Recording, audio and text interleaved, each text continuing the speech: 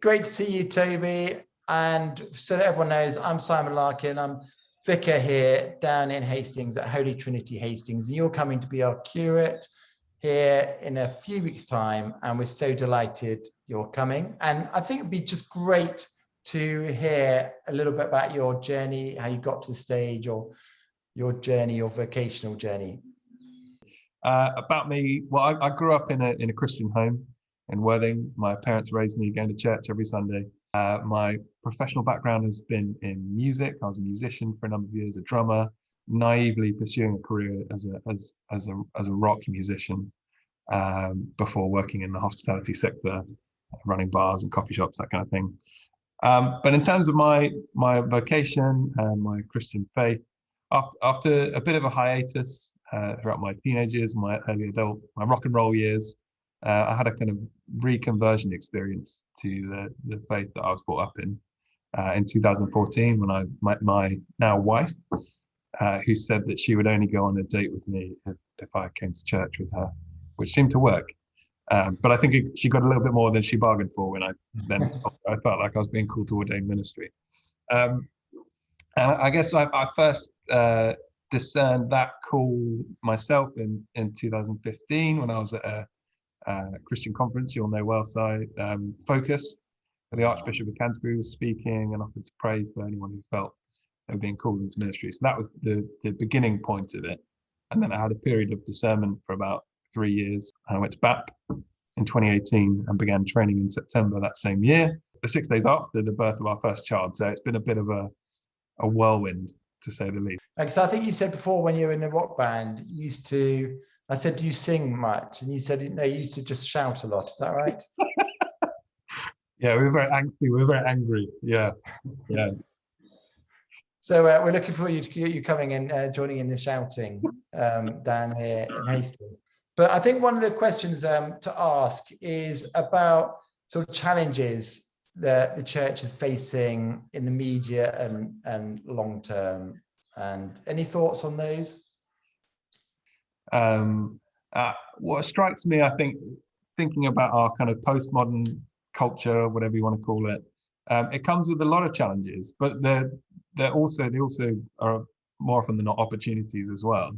I think what I'm seeing, especially at least in my immediate circle of friends and those that don't go to church, is that what's true doesn't matter so much anymore. That's relative, that's subjective, that's individual. People decide their own truth, and that's quite hard. I think that's the challenge for the church, which is claiming we've got this thing that's true, and it's true for everyone. It's not just true for however you feel it to be true. But I think that comes with an opportunity that shifts in demonstrating the truth of the gospel, not in terms of facts and saying this and this is what we believe, but this is why this is meaningful. This is why Christianity is valuable and it's worth living a Christian life, and it's transformative. So I think that's the main thing.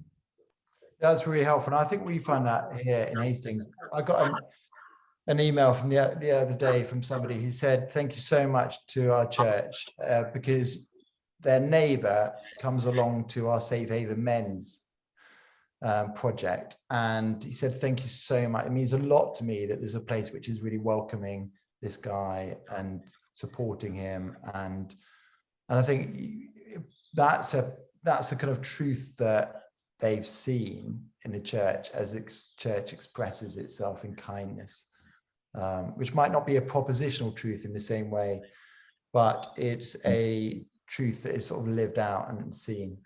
Yeah. What in way has lockdown been preparing you for this? It's definitely made theological training, doing a degree much harder, having to work out how to write essays with children knocking about and jumping on your lap halfway through. So that's been good. I've really grown in patience around that. But also, again, the opportunities have been brilliant. So I feel like I've learned a lot, even just in the last year, about creativity. We've been forced online in many ways, and that's brought out a really creative expression in the church and in lots of people.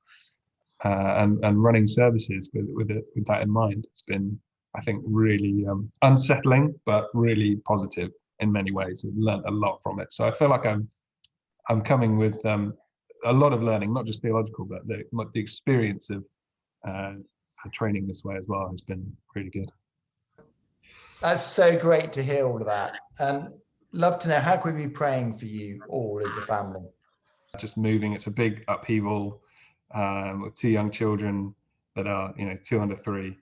And so we'd really love prayer for just to settle in quickly and to find friends quickly as well, which from what we hear about Hastings already, we've no doubt that we will.